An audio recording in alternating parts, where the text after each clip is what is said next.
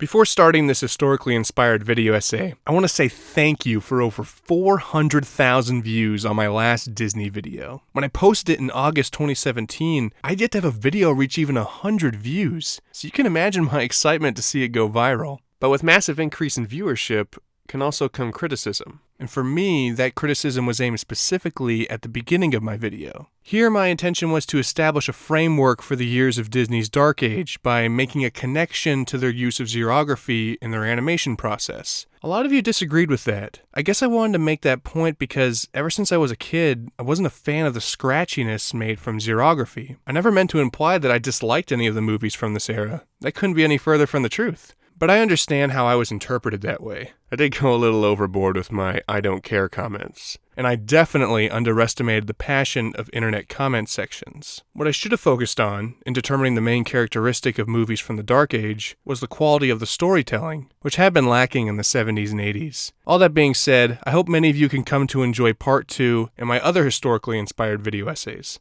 Thanks guys, enjoy the video.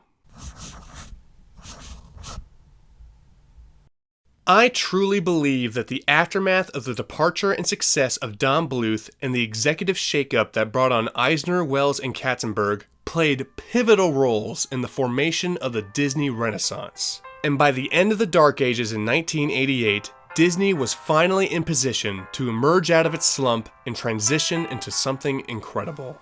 The 10 Disney animated movies that came out between the years 1989 and 1999 didn't just elevate Disney animation, but the entire animation genre. We now recognize these films as the Disney Renaissance, a time where Disney movies were once again huge box office hits and an integral part of our pop culture. In the previous video, we discussed the key events that led up to this era, and if you haven't seen it, you can click the iCard in the corner. But in this video, I want to discuss other impactful decisions that helped make the Disney Renaissance what we know today. Exactly, what made it so special? Well, I think a big part of Disney's reinvention had to do with going back to their roots, really examining what made Disney animation so great to begin with. And this led to them bringing back the Disney fairy tale. You see, when The Little Mermaid came out in 1989, Disney hadn't actually made a fairy tale since Sleeping Beauty.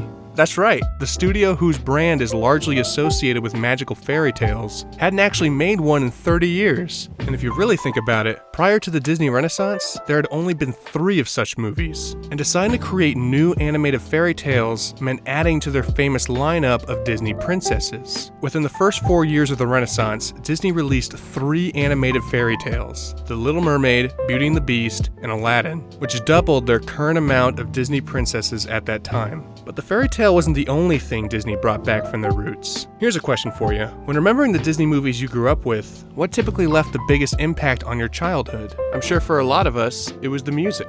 Both the songs and the scores from the movies of the Renaissance were very reminiscent of big Broadway musicals. So much so that some of them later even became Broadway musicals. And this was thanks to Broadway songwriting team Howard Ashman and Alan Menken. First brought on for the production of The Little Mermaid, Howard Ashman and Alan Menken became key contributors to Disney's musical success during the Renaissance. Alan wrote the music, and Howard wrote the lyrics. Howard Ashman recognized especially the strong connection between his forte, musical theater, and animation. He felt there was nothing more magical than a Disney cartoon fairy tale, a perfect setting for a musical. And because of this, he was given much more creative input than the usual musical lyricist. Though he wasn't the director for any of these films, he certainly was very involved in many facets of the filmmaking process. The assignment was to bring back the musical storytelling of Disney's Golden Age and Silver Age, meaning creating songs that had a clear storytelling purpose that hadn't been present in Disney movies for years. This led to the development of the infamous I Want song, which became a standard in the Disney formula. This trope was common in musicals for years. I mean, look as far back as The Wizard of Oz. But when implemented into Disney animation, its impact on audiences was extraordinary. Disney recognized the necessity in calling back to their roots in order to rebuild their trademark magic. But they also knew that in order to get ahead, they needed to be bold and try new things. And that's where Caps comes in. CAPS stands for Computer Animation Post-Production System, and it was designed to completely computerize the traditional animation process. The technology was developed by the Walt Disney Company in the late 80s, alongside a small startup you've probably never heard of called Pixar. The implementation of CAPS eliminated the traditional ink and paint production process, as animation cells were no longer necessary now that the animator's drawings could be scanned and manipulated digitally. With the new system, the individual lines and enclosed areas of these drawings could be easily colored and then digitally assembled. This technology gave the animators the opportunity to become more creative, as it provided an entirely new set of tools that included advanced techniques that weren't previously available. It also allowed for more extensive camera movements that had never been seen before, and since the animation existed digitally, it also allowed for integration with 3D models. CAPS brought a new look to animation. Even as a kid I recognized this. It's why I heavily associate it with films of the Disney Renaissance, because these were the first films to use it. Technically, the system's first use in a feature film was in this scene at the end of The Little Mermaid, but the first movie to use the new technology completely was The Rescuers Down Under. Often brushed aside when remembering the Disney Renaissance, Rescuers Down Under was the first Hollywood movie ever to be created digitally. And even though it wasn't a big hit at the box office, it was a hit in setting the groundwork for using CAPS in future animated films.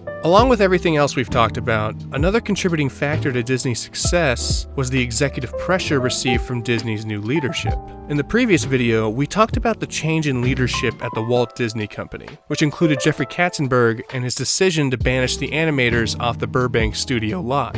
Well, his cutthroat business mentality didn't end there. Right from the start, Katzenberg had zero interest in creating animated films for the sake of carrying on Walt Disney's legacy. His drive only pointed towards one thing: making money. Under Katzenberg, Disney was no longer a studio run by old men telling you a job well done. It was run by intense business executives heavily concerned with the bottom line. And this led to Disney becoming an animation machine that produced a newly animated film every year during the 1990s. Everyone at the studio was constantly expected to be firing on all cylinders, and this really took a toll on its creators, both mentally and physically. Animators were pressured to meet numerous quotas and deadlines, leading to complications with their carpal tunnel syndrome. They couldn't have families because they spent all their time at work. You could argue everyone was being pushed to their full potential, but it was a potential that wasn't necessarily healthy or sustainable. When considering what made the Disney Renaissance so special, this is a detail often overlooked. But through the hardships resulted timeless masterpieces, such as Beauty and the Beast, which was the first animated movie to be nominated for Best Picture, and that was when there were still only 5 nominees, and The Lion King, which is still, and probably will be forever, the highest grossing 2D animated movie of all time.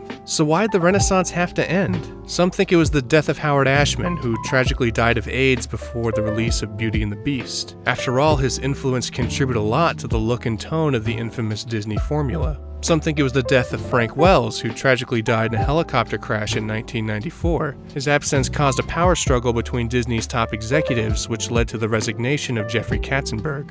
After The Lion King, Disney movies brought smaller and smaller returns at the box office, and we now recognize Tarzan to be the last movie from this era. But in a strange way, the Disney Renaissance had to end, so we could look back on it with fond memories. Memories that include unforgettable music and characters forever embedded in our pop culture. The Disney Renaissance truly was something special. It marked one of the biggest comebacks in Hollywood history. It helped wipe away the stigma that animation was just a kid's thing. But most importantly, it made animation, once again, the heart and soul of the Disney Company.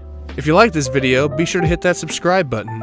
I make historically inspired video essays about movies, television, and animation. And before I wrap up, I gotta say it feels pretty good to get this video done. I've actually had early notes on this topic since working on the script for part 1, but I decided to tackle some other projects before coming back to this one. And huge thanks to everyone who recommended Waking Sleeping Beauty to me. It's a fantastic documentary that gives a great behind-the-scenes, in-depth look on how Disney transitioned into the Renaissance. If you haven't seen it, be sure to check my last video where I explain how Gone with the Wind is still the highest grossing movie of all time when adjusted to inflation. I'm the Jaunty Professor, thanks for watching, and as always, I'll see you guys in the next video.